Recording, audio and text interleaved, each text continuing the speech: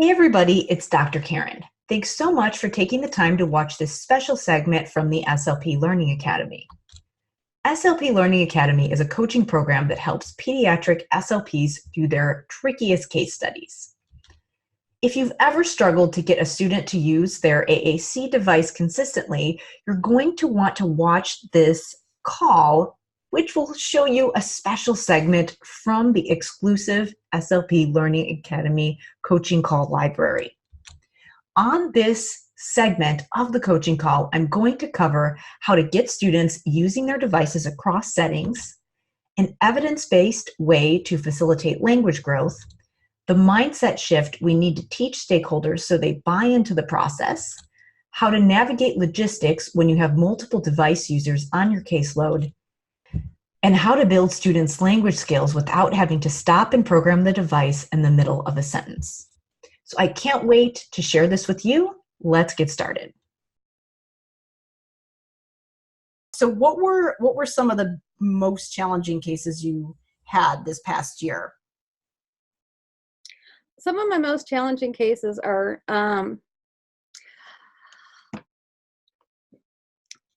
is more of trying to incorporate some AAC into the classroom. Our district bought a ton of apps like Words for Life, Alt Chat, and the students use the junior high in so trying to get some of our teachers to use those apps in the classroom, communication apps, and since I'm only at each school part-time, trying to try to like do a lesson and model and show how they can use those apps rather than just labeled vocabulary, how you would use them to like express wants, express not only wants, but direct activities and that type of stuff.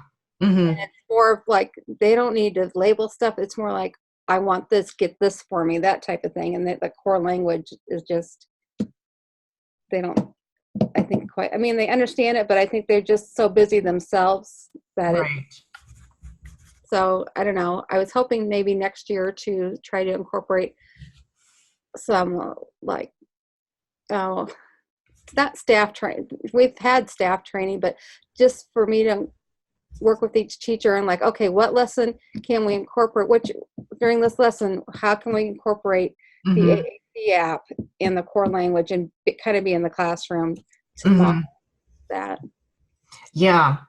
So how many students would you say are you working on that have some kind of goals to be using AAC? How many kids are we talking about here? This is junior high mostly?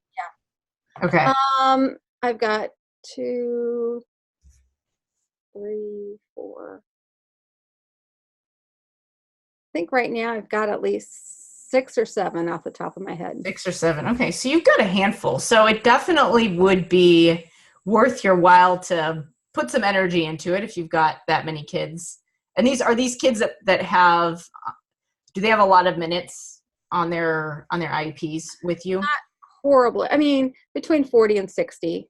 Okay. Yeah. So that's not a ton, but so it would probably be, a lot of that would probably have to be some consulting and training because you can only do so much with 40 to 60 minutes a week. Does your district do they do SETT evaluations when you do assistive technology? Are you familiar with what that is? Yeah, we do a SETT evaluations. If the parents are interested in pursuing a device, well, I hope I know what you're saying. Usually, we'll have like the Illinois Assistive Technology Springfield will come in because they can bring a bunch of stuff, bring a bunch of devices in at a time. And see. It's more efficient that way, even though the waiting list is long, but to see, and then we do a trans, they narrow one down and then we do a trial on it. Okay. Yeah, usually a SETT process is like, it's if you Google it, it's Joy Zabala is the person who came up with it, but it's just a way of figuring out, and it's for any assistive technology, but you can use it for AAC, but it's just, you evaluate the whole student, and it's an acronym, SETT. So students, environment, tasks, and tools. And what it does is it just helps you to narrow down some good options for as far as device use, because what happens is that sometimes we use assistive technology that's available to us, not necessarily what's best for the students. And it's something that should be done is when you're doing your annual review, that it's something that should be done within that. And so it sounds like you're doing some of that, but it's just a little bit more official. And sometimes people will do that before they figure out if they're going to have the device. And the thing that's nice about it is that it's supposed to incorporate all the stakeholders. And so with all of these kids, are the parents, how involved are the parents with these 6 kids that we're talking about here? Some parents are more involved than others. That's the thing, they've came up through the grade school introduced to these apps, but the parents, like, they don't have set devices at this time. They just use the school iPad, which they can't take home. And so I understand the theory of it. I think the practice is good. I think the district and the SLP who started this, their hearts were in the right place. Right. But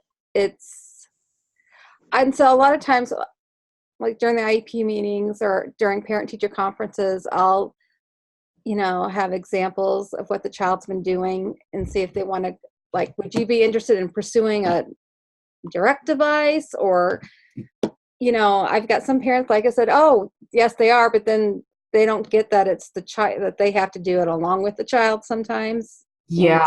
Device. It's just that's probably one of my most challenging things right now, because I see a lot of potential in the kids and they can use it well but it's just all the stakeholders involved. I think they just think it's like they'll just start using it, but you have to show that you have to demonstrate and you use it yourself. So here are some thoughts about, because I think what you're obviously doing something, and something is better than not doing. At least they have access to the device. So what I would, the thing is though, is that the other people in the environment, whether it be the teachers, a teaching assistant, and then especially the parents, because you want the parents on board, because if they can get them using it across different environments, then that's going to help with them actually using it beyond school.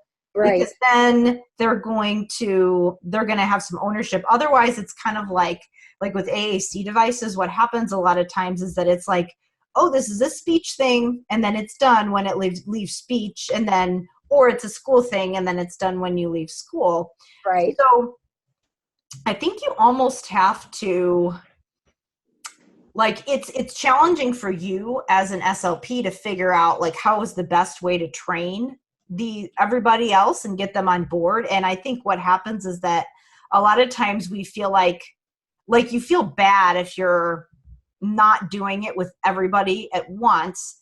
So I think the best way to actually make real headway is see if you can pick, maybe, like, if you can pick 1 or 2 of your most engaged parents and focus, like, do your best with everybody else, but maybe do a pilot of a more intensive training program for both the parents and the teachers with those specific kids.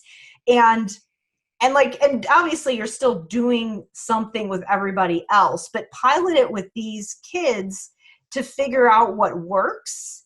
And then you can, once you figure out what works, then it's like, okay, I've got kind of a process to follow for training the parents and training the teachers. So now I can start doing it with these other people. Does that make sense? Oh yeah, it does make sense. Yeah. And I think that sometimes when you almost have to start with the low-hanging fruit for your own learning, because otherwise it's just too challenging, and it's too easy to get overwhelmed and then do kind of the same thing over and over again. Oh yeah. So I think what you can do, and this is even a good project for you over the summer, is to come up with a couple different, whether it be like training videos or whether it be just simple handouts that you make, like come up with some kind of a protocol that you can do for both the teachers and then the engaged parents to figure out how you can start getting them using the device in other settings.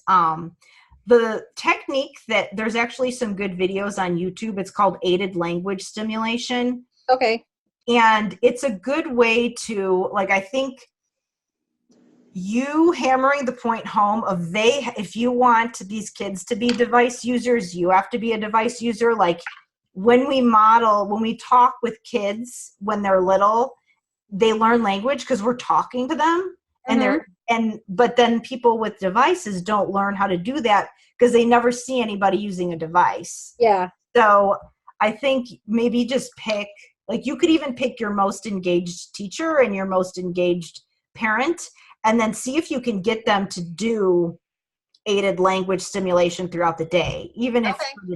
Does that make sense? Oh yeah, that makes perfect sense. I mean, I was kind of thinking on the lines of trying to do that, something like that, a training. And so this just helps me get the information together, like the aided language training and the resources to pull information from. And and I think, you really have to help them make that mindset shift.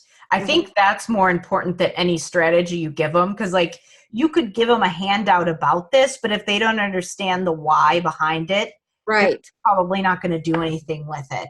So yeah, and I think what's kind of interesting in the schools is that, like nobody really understands what we do as much as we do, but at the same time, like we can kind of help people buy in by getting success with the low-hanging fruit. So a lot of times you might not get everybody on board at once, but if you can just get a couple people and then have somebody, then they can vouch for you, and other people see that these other teachers are getting good results, then that gets some buy-in there. And teachers talk to each other. So that helps. No, that helps a lot. Thank you. Yeah, you're welcome. So a good project for the So I would say your action steps then would be look up aided language stimulation and brainstorm some ways that you can, some things that you can do right away when you get back in the fall to figure out, what are my actions? Who's the teacher I'm gonna reach out to, and who's the student, and what's that going to actually look like? Because I think you want to, it would be great if they could do it throughout the day, but maybe just picking 1 or 2 times a day, and then that maybe could be when you go in for your speech sessions, or however you think it could work logistically. So I'd say that could be something you work on this next week. And actually we've got, so with our coaching call schedule, I am anticipating it's going to usually be Sunday night in the school year, because I think that'll be good, kind of gearing everybody up for the week and things like that. But with summer, I'm just kind of playing around with a couple different times. So we actually have our next call Wednesday. So if you wanted to look some stuff up in the next couple days and then pop back on that call on Wednesday and compare, just show me what you found and see what follow-up questions you have, we could do that as well. Hey there, it's Dr. Karen. I want to extend a huge thank you for checking out this coaching call segment. To show my appreciation, and because I know how much you'd like to be able to make a huge impact on even your trickiest cases, I'm going to make you a special offer to get you there even more quickly. If you've made it this far, I can already tell that you and I are a lot alike. I remember what it was like when I had certain students who just didn't respond to anything I tried. I tried digging through tons of materials and articles so I could show up to work confident, but no matter what I did, there were still always certain cases that had me second guessing myself. And I'd go to seminar after seminar, which cost me a lot of money and took me away from direct therapy time, not to mention my personal life. But those conferences I was attending were all coming up short. I'd get back to work and get stuck immediately. I had no one to support me in implementing the techniques that I'd just learned. I had no way to ask questions and get support with the new strategies I'd heard about at the conferences. So I'd always just end up going back to the tired old techniques I was used to that just didn't work. It was beyond frustrating. All I wanted to do was help my students and make a difference in their lives, actually get some recognition and respect from my coworkers every once in a while, and still be able to have a life outside work. If you've ever felt the same, you're not alone. I've mentored hundreds of SLPs, and they've experienced this too. They wish they had a place to go to get questions answered, but they're afraid of even asking in free online groups because they've seen other people get shamed and bullied. Plus, they're sick of wasting so much time on social media. They're tired of going to conferences and hearing about techniques or programs that won't work for an SLP in the trenches. They just want some advice and support from someone who gets it, so they can change their students' lives without sacrificing theirs. And since you've shown me you're the kind of person committed to your career and your learning by watching this coaching call, I wanted to offer you something that will dramatically help you increase your overall success and get your results even faster. It's called SLP Learning Academy. So SLP Learning Academy is an online coaching program designed to help pediatric SLPs make breakthroughs with their toughest cases and workplace challenges. So far, in the program, we've held coaching calls just like the one that you just watched. And I've talked about topics such as how to get teachers to buy into classroom accommodations and language facilitation techniques, how to support literacy growth in young children with parents who don't speak English, how to interview people in a way that motivates them to follow through on your recommendations, how to support secondary students with conditions like ADHD and ASD, including writing goals for these types of students, how to handle scheduling logistics so you can do more classroom-based therapy, and how to navigate the RTI process with ease, and how to do that as an SLP supporting school-age children. And I can support you through any type of case study that you might have as an SLP supporting school-age populations. So here's how the SLP Learning Academy works. Every week, I host a live coaching call on an online conferencing software. On the call, members can have a face-to-face conversation with me where we can work through whatever you're struggling with at work, or they can submit their questions in advance, and I will answer them on the call, like the call that you just witnessed. So here's why this model works so well and why the program is structured the way that it is. Number one, you'll get access to expert coaching, which has been proven to make lasting changes to our practices, unlike one-shot conferences that just dump a bunch of information at you and then leave you hanging. Number two, you'll get access to content-specific guidance that's tailored to the exact challenges that you're going through in your job right now. Number three, you'll get access to a professional learning community to keep you accountable, so you'll have a place to go to get support whenever you need it. So here's what you get when you join. We do 4 live coaching sessions a month where you can hop on a call and get your questions answered and present any difficult cases that you're struggling with, or you can submit them in advance and I can go through them on the call and answer your questions. And then all coaching calls are recorded and uploaded to a members online portal. So you'll be able to rewatch them as many times as you want after the live calls happen. Then there's also the professional learning community where you'll be able to get support whenever you need it between the calls or whenever you have a question about a challenging case. So to be honest with you, I do offer one-on-one coaching packages starting at $2,000 for support like this, but I want to make this much more attainable for you. So that's why you can join SLP Learning Academy for just $39 a month, which will eventually go up, but you'll lock in this rate for life if you join today. That means you'll get access to personalized expert coaching and support for a fraction of your monthly cell phone bill. And since I know you may have been burned by other programs before that didn't deliver, I wanted to remove some of that risk for you, which is why you can cancel at any time. So now you have a choice. You can continue to work through all of this on your own, and you can be stuck on the same cases and be struggling with the same job-related stress a couple months or years from now, or you can have a place to go for legit answers from a trusted source every week. So you can wake up every Monday excited to go to work, have a solid plan for dealing with everything your SLP life throws at you, and so you can walk into each session 100% confident you're changing lives. All you need to do is click Enroll Now to become an SLP Learning Academy member today for just $39 a month. This is Dr. Karen, and I can't wait to support you. Click Enroll Now to become an SLP Learning Academy member today.